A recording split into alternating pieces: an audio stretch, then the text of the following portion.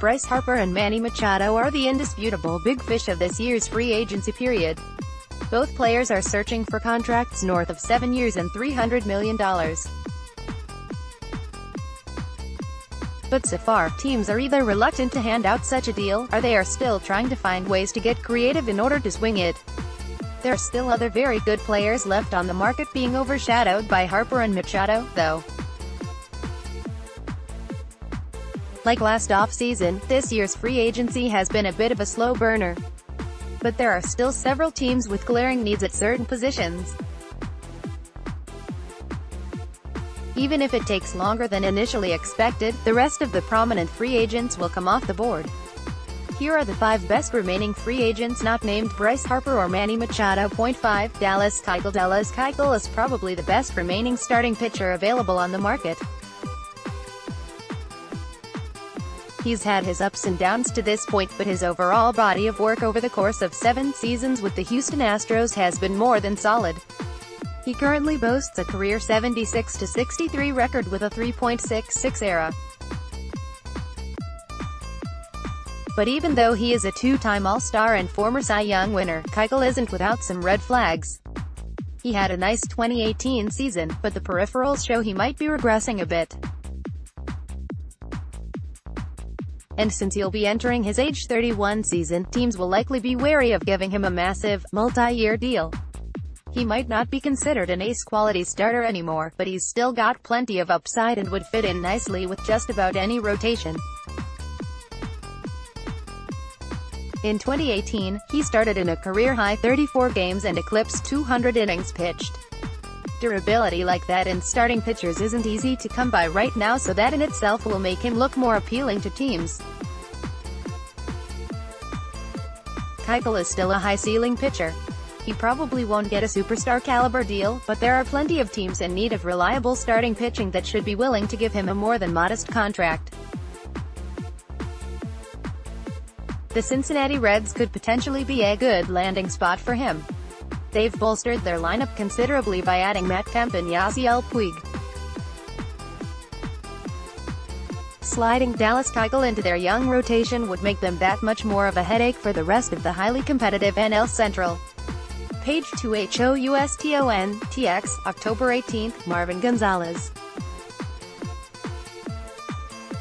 Photo by Elsa, Getty Images. Marvin Gonzalez is one of those sneaky good players you don't hear about very often.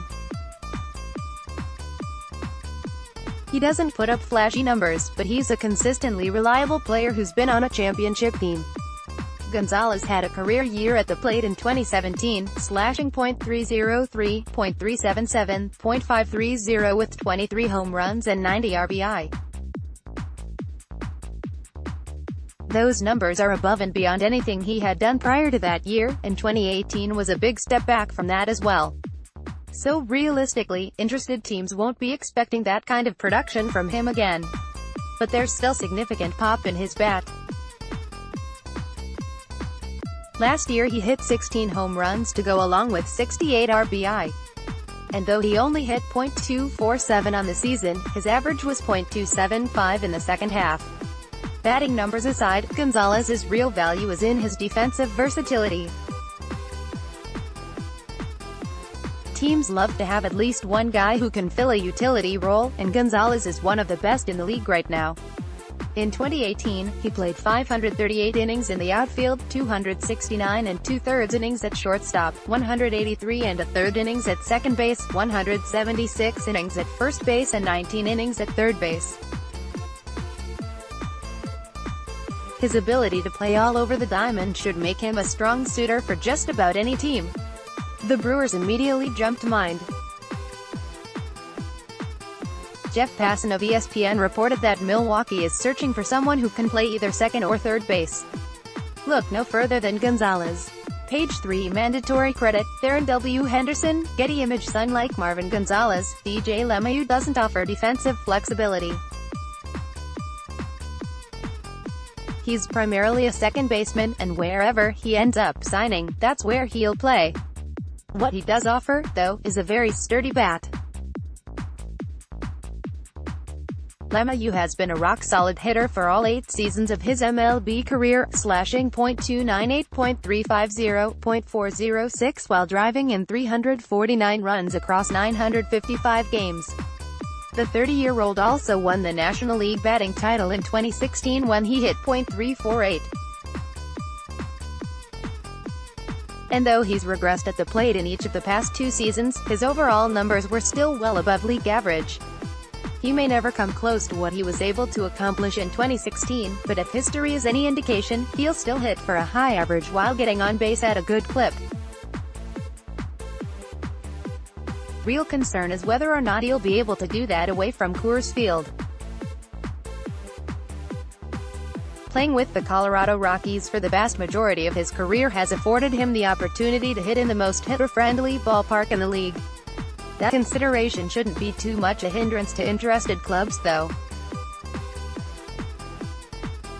Power numbers are always expected to dip when a player leaves Coors Field, but LeMahieu was never much of a power hitter anyway. The altitude may change, but LeMahieu's batter's eye will not. He's no slouch defensively, either.